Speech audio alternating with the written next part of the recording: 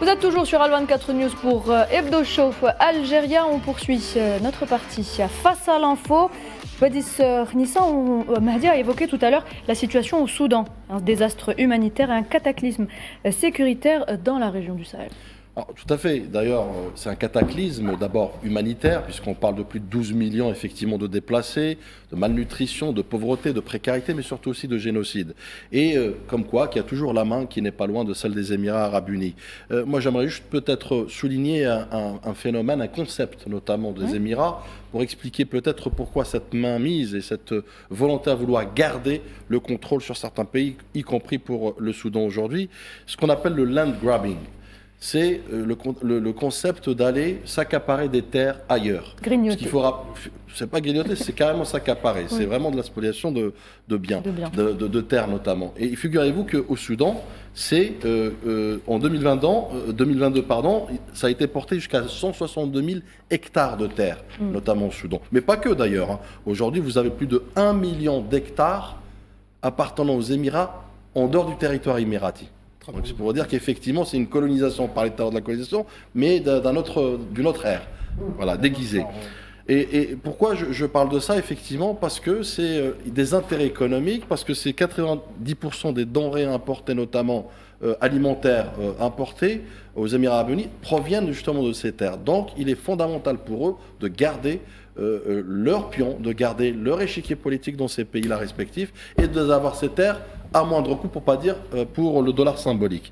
Maintenant, je reviens, on parle du Soudan, on parle du Sahel en règle générale, et c'est fondamental aujourd'hui de dire qu'effectivement c'est une région explosive, au sens du terme, c'est-à-dire l'épicentre du terrorisme s'est déplacé vers le Sahel. Aujourd'hui, nous avons des armées terroristes et non pas des groupes terroristes qui opèrent, notamment parfois même financés directement, indirectement par des puissances et par des pays aussi comme les Émirats. On a parlé tout à l'heure des rançons. Ce qu'on sait, mais ce qu'on ne sait pas peut-être est encore pire. Et je reviens justement dans ce contexte sur cette interview de Sabri Boukhadoum, effectivement, qui est une interview très importante, qui rappelle un peu d'abord la géographie difficile, stratégique notamment de l'Algérie, avec ses frontières avec des pays instables, des pays aussi qui sont devenus des viviers du terrorisme. Et malgré tout, l'Algérie reste stable, reste debout, reste aguerri à l'exercice de lutte antiterroriste, mais aussi aguerri à la préservation, à la sanctuarisation de son territoire. Et puis aussi les enjeux sahéliens multiples, dans lesquels effectivement la profondeur de l'Algérie africaine est importante, puisqu'il y a, je dirais, une complémentarité tant par la géographie, mais aussi par la culture. On a parlé tout à l'heure de la tariqa tijaniya, donc cette profondeur africaine.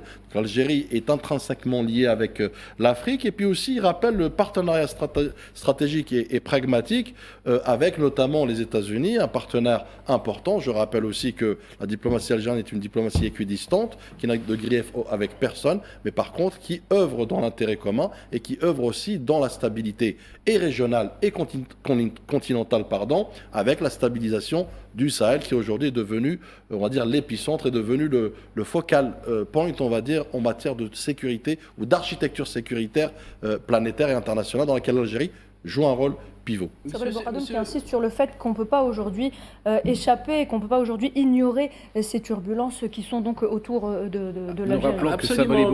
Nous rappelons que Sabri Boukhadoum est notre ambassadeur actuel à Washington, D.C. aux États-Unis, ancien ministre des Affaires étrangères, et que quand il parle, c'est l'un de nos plus grands diplomates, et quand il parle, sa voix porte. Et la dernière émission qu'il a faite justement aux États-Unis a eu un franc succès parce qu'il a expliqué tous les contours de l'Algérie et comment l'Algérie est un pays en devenir, est un pays qui s'ouvre au monde.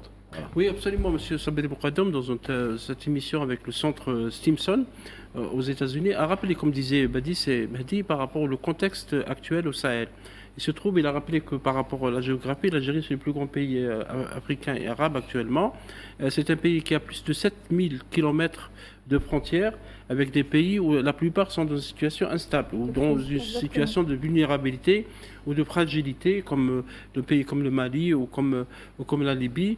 Il a rappelé aussi le rôle de puissance médiane d'un État qui cherche toujours à régler les conflits. Il a rappelé que l'Algérie a parrainé au nom de la communauté internationale les accords de 2015, les accords de paix au Mali qui n'ont pas été respectés par la junte au pouvoir. Et il a rappelé aussi l'augmentation des phénomènes donc, de sécuritaires dans la région. L'Algérie, par exemple, selon M. Bougadoum, a déjoué au moins 1200 opérations de trafic d'armes vers ses frontières.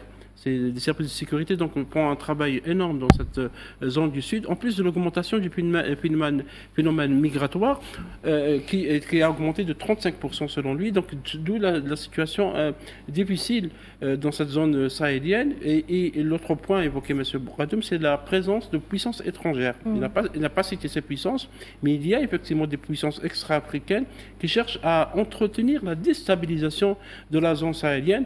Pourquoi ? Parce qu'il se trouve que c'est des zones très riches en ressources naturelles. Et justement, je vais me permettre de poser une question à notre invité qui nous a rejoint. Il est juste à côté de vous, c'est M. Abdelrahman Hadef, économiste. Bonsoir, merci d'être avec nous ce soir. Bonsoir. Alors, M. Hadef, Sabri Boukadoum a également évoqué les causes de la détérioration de la situation au Sahel. Il parle notamment de la disparition du commerce traditionnel. Est-ce que vous rejoignez ce qu'il dit ? Il évoque également la fermeture progressive des frontières depuis la découverte du pétrole dans les années 70 et l'effondrement des liens économiques et sociaux qui reliaient justement ces pays du Sahel. Sans aucun doute.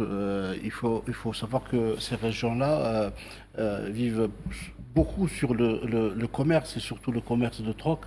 Et là, je pense qu'avec cette instabilité sécuritaire, les pays en souffrent sur l'aspect économique, mais surtout humanitaire, parce que quand on parle de troc et du commerce de troc, c'est surtout pour les denrées les plus essentielles, les plus élémentaires pour la vie. Et c'est pour cela que l'Algérie a essayé toujours de s'adapter à cette situation, même en termes de commerce de troc, a essayé un peu de mettre à jour sa réglementation en élargissant les listes des denrées qui étaient prévues au départ par rapport à ce qui est demandé dans ces régions-là. En même temps, il faut savoir aussi que c'est une région enclavée.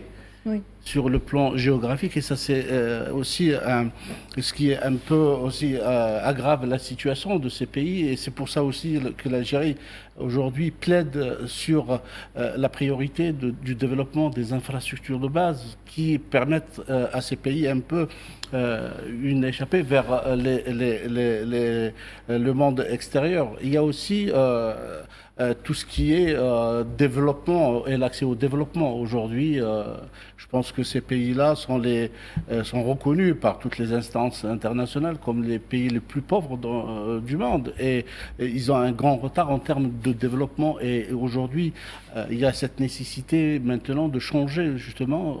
C'est un peu ce qui se passe aujourd'hui dans l'évolution de l'ordre mondial.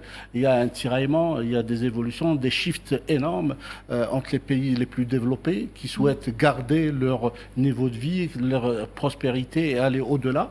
Et qui souhaitent continuer à appuyer les pays africains. Voilà, et les pays du Sud qui demandent aujourd'hui à développer des secteurs prioritaires, des secteurs de survie. Et là, je fais référence à l'énergie, à l'éducation, à la santé et aussi aux infrastructures. Donc, il y a cette nécessité aujourd'hui pour ces pays-là d'accéder à ce développement. Et je pense que l'Algérie, justement, à travers sa diplomatie ces dernières années, a été très, très, très active sur ces aspects-là. Et elle est en train de plaider la cause de ces pays et en général de tous les pays du Sud global, pour un accès au développement. Il y a trois priorités aujourd'hui, et c'est l'accès au développement, c'est la problématique du financement et l'accès à la technologie. Donc ces trois piliers nécessaires que l'Algérie souhaite défendre à travers toutes les les manifestations aussi qu'elle est en train d'organiser aujourd'hui. L'Algérie, durant cette année 2025, a connu l'organisation de plusieurs manifestations économiques, justement en direction des pays africains. Et à l'exemple de l'IATF, qui a été une réussite incontestée, justement, et l'édition d'Alger a permis justement de shifter cette manifestation qui était censée être une manifestation orientée vers le commerce. D'ailleurs, c'est pour le commerce intra-africain. Elle l'a shifté vers une nouvelle vision qui est orientée plutôt développement et intégration économique africaine, là où il y a aujourd'hui un besoin en investissement. C'est ça ce qui a été discuté lors de l'édition d'Alger. Et à travers cette édition, il y a eu des sujets vraiment stratégiques qui ont été discutés. On a parlé du financement et aujourd'hui la nécessité de trouver aussi des solutions pour tout ce qui est problématique de la dette, l'endettement du continent africain est la principale contrainte au développement. Très bien, merci Monsieur Abdelrahman Hadef. On va continuer à parler de l'Afrique, de la dernière colonie d'Afrique plus exactement, avec la 49e conférence de Le Coco qui s'est donc tenue à Paris cette semaine, l'événement le plus important de l'année pour le mouvement international de solidarité avec le peuple sahraoui. Et Tarek Hafid, vous y étiez. Effectivement. Donc du 27, on va dire que le Coco cette année, donc c'est la 49e édition, s'est tenue à Paris, donc je le disais tout à l'heure. C'est sur le plan de la symbolique est quand même très important. Donc il faut préciser aussi qu'il y a eu la première journée qui s'est déroulée au sein de l'Assemblée française avec la présence du Premier ministre sahraoui, avec la présence de la ministre de la Coopération et puis d'un des principaux conseillers du président de la RAST, M. Oubé Bouchraya. Donc symboliquement, le Front Polisario était présent dans le pays qui est considéré comme étant le principal allié du Maroc colonial. Donc sur le plan de la symbolique, c'est très important. Maintenant, sur le plan pratique, ce qui s'est déroulé, bien sûr, il y a eu des discussions, il y a eu des débats très intéressants sur différents sujets. Mais ce qu'il faut retenir maintenant, c'est que il y a eu une véritable prise de conscience sur la nécessité de relancer la solidarité à travers des actions vraiment concrètes, notamment avec les syndicats.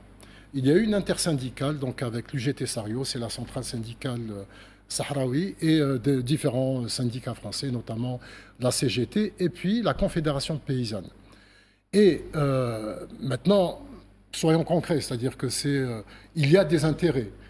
Quand on parle de syndicats, c'est les intérêts des travailleurs, les intérêts de certaines corporations.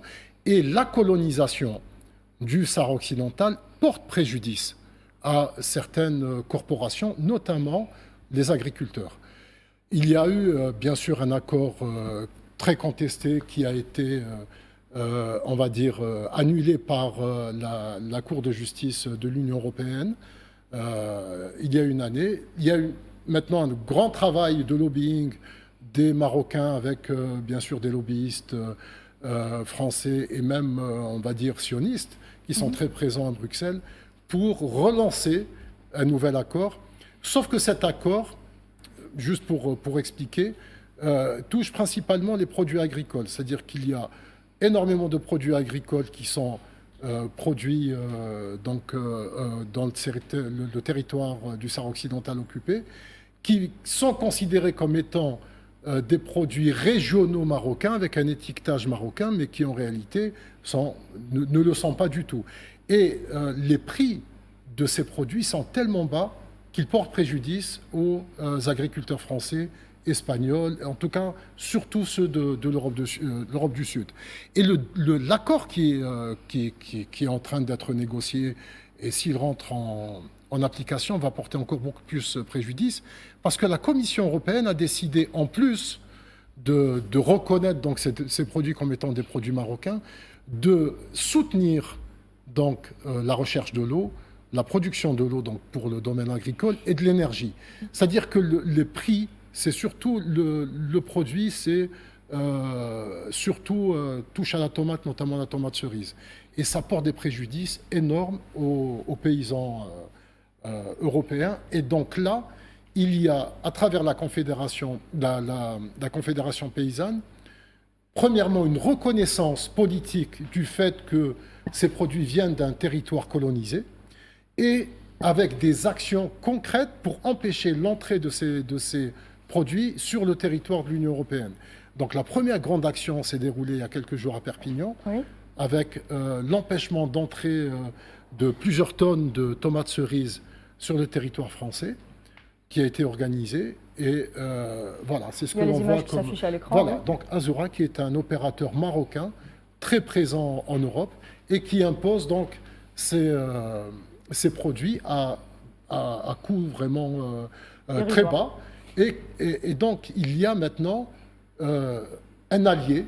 La Confédération paysanne est considérée maintenant, ça a été dit par Oubé Bouchraya, donc le conseiller du président sahraoui, comme étant un allié important, donc sur le plan de la décolonisation, c'est-à-dire sur le plan politique, et aussi pour contrer toutes les actions du Maroc au sein donc, des instances de l'Union européenne. Rapidement, moi ce que je retiens aussi de cet événement qui est un jalon diplomatique, qui est quand même de la diplomatie de la société civile. Tout à fait, comme ça. tout à fait. Tu as bien vu que c'est des associations, c'est des ONG, c'est des syndicats, c'est des citoyens. Des citoyens, oui. Absolument. Et ce qui d'ailleurs souligne ce paradoxe ou cette dichotomie entre une France officielle alliée du Maroc et qui a même, entre parenthèses, fait de la diplomatie déclarative avec cette marocanité du Sahara, et vous avez une société civile récalcitrante, réfractaire, qui s'oppose effectivement à la ligne de conduite, notamment politique, de son propre pays, puisque, tu l'as rappelé tout à l'heure, non seulement ça s'est tenu à Paris, en plus ça s'est tenu au cœur du pouvoir législatif, notamment à savoir le Parlement. Donc il y a une double symbolique qui démontre aujourd'hui effectivement la France finalement est isolée vis-à-vis de cette question, y compris par rapport à sa propre population et sa société civile. Il y a un rejet réel. Il y a un rejet réel. Maintenant, vraiment, le challenge, ça va être d'intéresser les jeunes, c'est-à-dire en Europe, pas uniquement en France, hein, mais vraiment en Europe, d'intéresser les jeunes comme ils sont intéressés par la question de la Palestine. Exactement. Merci Tarek. On enchaîne, messieurs, avec l'Algérie qui a accueilli la première conférence ministérielle africaine dédiée à la production locale de médicaments et aux technologies de santé. Un événement placé sous le thème « Une industrie pharmaceutique locale pour une Afrique intégrée et forte ». Monsieur Abdelrahman Hadef, vous êtes justement ici pour nous parler de cet événement. Effectivement, je pense que déjà c'était sur le plan politique et stratégique une réussite de réunir plus de 29 pays africains pour discuter de la souveraineté sanitaire du continent et surtout d'avoir un consensus autour de ce qu'on appelle aujourd'hui la déclaration d'Alger. Donc, qui a été approuvé par tous les pays présents, qui contient 13 points. Et cette déclaration a mis les jalons d'une vision pour le développement d'une vraie vision de souveraineté sanitaire pour le continent. Il faut rappeler, et ça a été même rappelé par le président de la République lors du discours prononcé par le Premier ministre, que le continent africain continue à importer plus de 90% de ses besoins en médicaments hors d'Afrique. Il y a un grand besoin aujourd'hui, et même ça touche jusqu'à la sécurité des citoyens africains. Et là, il y a nécessité de travailler ensemble pour développer les mécanismes qui permettent au continent africain de développer une vraie industrie dans un horizon de 10 ans, donc 2025-2035. Et l'Algérie, à elle seule, détient un tiers des capacités industrielles pharmaceutiques du continent. Effectivement, plus de 230 unités de production sur les 600 et quelques, 649 unités sur tout le territoire continent africain, donc plus du tiers des unités de production, avec une couverture de plus de 80% de nos besoins qui sont produits en Algérie. Mais l'objectif, ce n'est pas seulement l'Algérie, c'est pour ça que ça devient un enjeu continental, c'est pour ça que l'Algérie a organisé cette conférence avec les pays africains.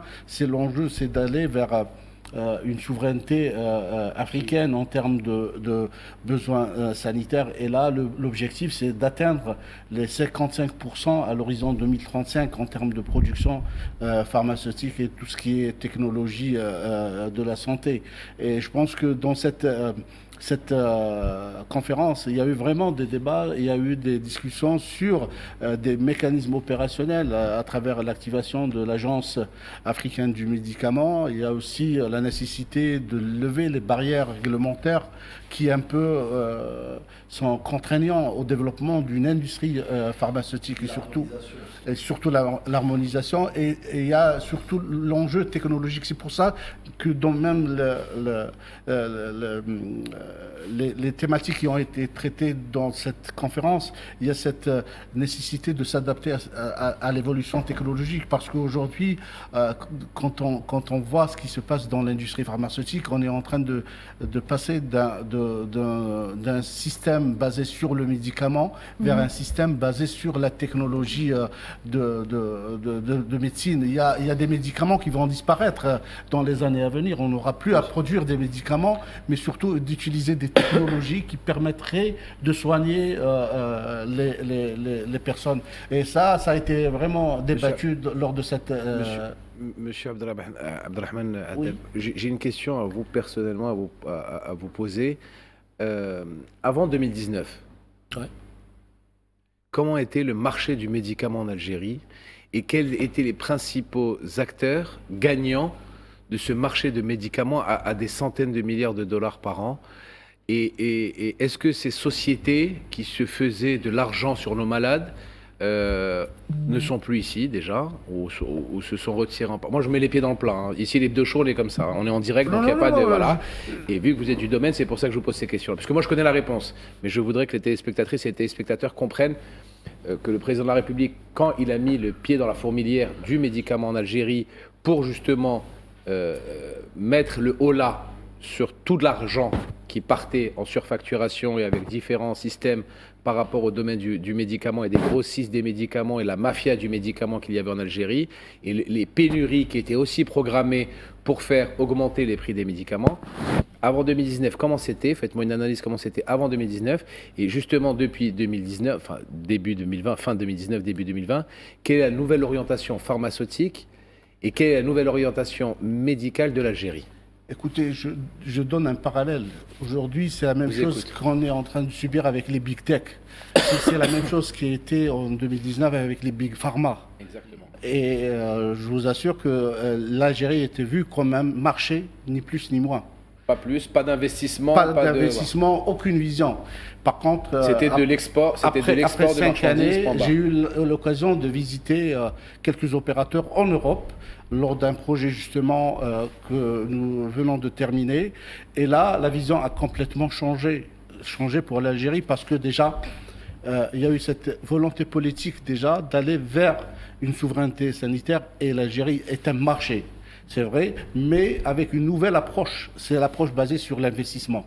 Et beaucoup de laboratoires internationaux ont fait ce choix de s'implanter en Algérie et de changer de vision, ou plutôt d'approche commerciale vers une approche plutôt économique. Et là, il y a beaucoup de laboratoires qui se sont installés en termes de production. D'industrie. C'est de l'industrie. Parce qu'à l'époque, monsieur Def, et vous allez me le dire, on avait une économie pharmaceutique de dépôt. On avait, on avait une économie pharmaceutique de hangar où il y avait de l'importation à outrance, de la surfacturation à outrance, de sortie des dividendes à outrance, de sortie de devises étrangères à outrance. On se dit les choses. J'allais en venir. On est passé et le holà a été fait par le président de la République parce que c'était justement... une dilapidation de deniers publics à grande échelle. Alors, monsieur Hadeb, je vous laisse lui répondre rapidement, après on doit passer à autre chose. Rapidement, même ceux qui étaient dans l'optique d'industrialisation en 2019, ils étaient dans la mise en boîte. Exactement, pas dans la production. Aujourd'hui, on est en train de parler de production de matières premières, de la molécule. C'est ça, maintenant on fait de la production de molécules des biosimilaires. Et c'est des choses qui n'étaient même pas envisagées en 2019.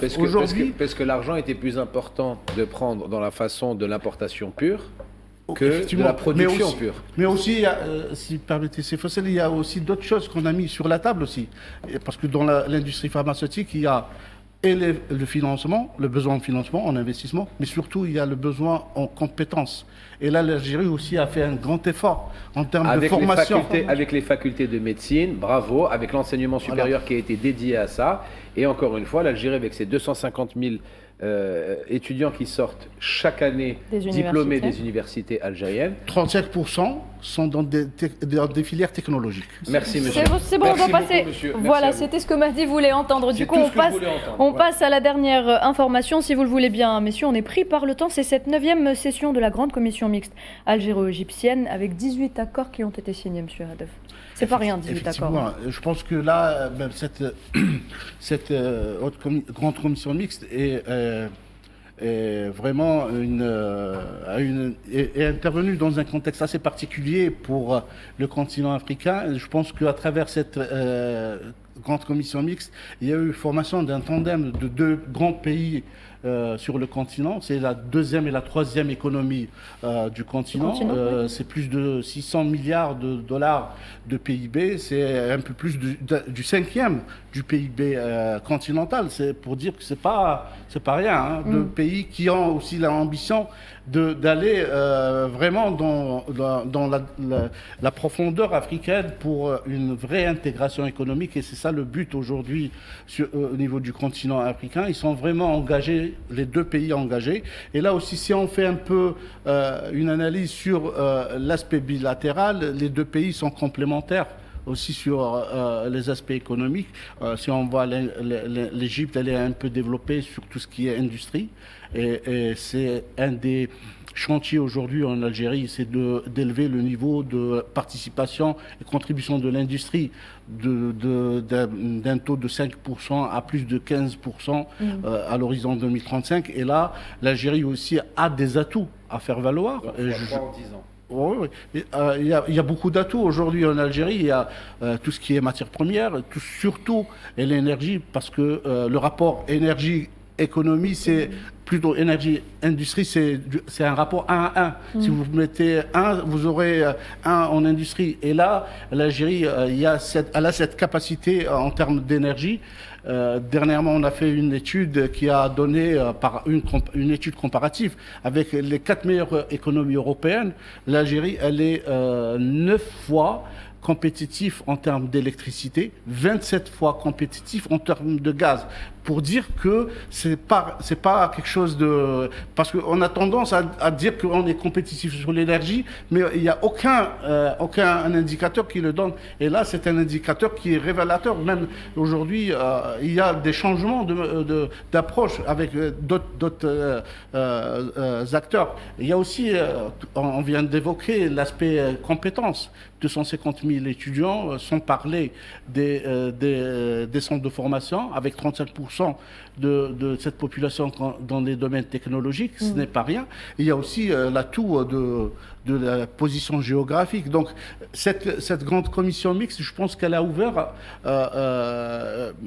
une ère d'une coopération basée aussi, qui est, à mon avis, et c'est ce qui a été relevé à travers ces conventions signées, basée sur une approche économique au lieu qu'elle soit juste restreindre à une approche commerciale. On a souvent parlé des échanges commerciaux, mais là on est en train de parler sur la capacité de lancer des projets de coproduction et surtout, et surtout aujourd'hui, c'est ce qui est nouveau en Algérie, on est en train d'évoquer de nouveaux concepts tels que les chaînes de valeur régionales et les chaînes de valeur communes. Je voulais intervenir. Sud également. Parfaitement d'accord. Les échanges commerciaux vont augmenter selon, Badis, selon la 9e commission qui ne s'est pas réunie depuis longtemps en fait, à 5 milliards de dollars annuellement, ce qui est important avec ce pays, qui reste aussi l'Égypte, un pays arabe et africain. Moi, je suis adepte du storytelling, notamment par rapport au success story, surtout quand on a des jalons parachevés par une ambition, une vision, notamment du président de la République Abdelmadjid Tebboune. Je reviens sur l'industrie pharmaceutique. L'Algérie, c'est 3,2 milliards, notamment, avec un potentiel de plus de 500 millions de dollars d'exportation, notamment. L'Algérie ambitionne d'ici 2027 à atteindre 80% d'autonomie en matière de production, quand on sait qu'effectivement, et tu l'as rappelé tout à l'heure, 90% de l'importation de produits pharmaceutiques en Afrique vient de l'extérieur. C'est 3% quasiment de la production mondiale, ce qui est rien. Donc avec l'Algérie notamment, il y a une volonté à vouloir aller au-delà. Mais je conclurai rapidement sur deux éléments, faits marquants, on va dire, par rapport à cet événement. Et je parle sous ton contrôle. L'Algérie, l'Afrique du Sud et le Rwanda ont pris l'initiative de futures initiatives, notamment de l'industrie biotech africaine. C'est très important de le dire. Là, en matière d'innovation, on est au cœur de l'innovation biotechnologique. Parfaitement d'accord. Deuxième élément et fait marquant, c'est le lancement d'un réseau africain pour la production de vaccins, un vaccin africain pour les Africains. Ça, c'est la leçon de Covid-19, parce que rappelez-vous rapidement, c'est qu'en 2019, les Africains étaient les derniers à recevoir des vaccins, les Européens et les Occidentaux ont préparé leurs citoyens au détriment des Africains. C'est une belle leçon qui a été prise par les Africains. Oui, tout à fait. Je suis tout à fait d'accord avec les deux points évoqués. Je pense qu'aujourd'hui, l'Afrique a besoin de ce tandem Algérie-Égypte pour vraiment une intégration économique réelle. Aujourd'hui, les deux pays, justement, se mettent sur des niveaux, et c'est là où il y a la différence, parce qu'au niveau africain, on est en train de chercher seulement à subvenir à des besoins vraiment basiques. Mais l'Algérie et l'Égypte sont sur un niveau encore plus élevé. Et je pense que c'est les meilleurs ambassadeurs pour l'Afrique pour parler justement au reste du monde, et surtout au niveau régional avec l'Union européenne qui est en train de lorgner l'Afrique comme un vrai partenaire. Mais là, il faut vraiment des pays comme l'Algérie, comme l'Égypte et comme l'Afrique du Sud aussi, qui parlent vraiment avec un air de souveraineté, parce qu'aujourd'hui c'est une question de souveraineté. Merci Abdelrahman Hadef. Merci d'avoir été avec nous ce soir. C'était un petit peu speed, mais c'est pas grave. Merci encore une fois, mesdames et messieurs, on revient tout de suite.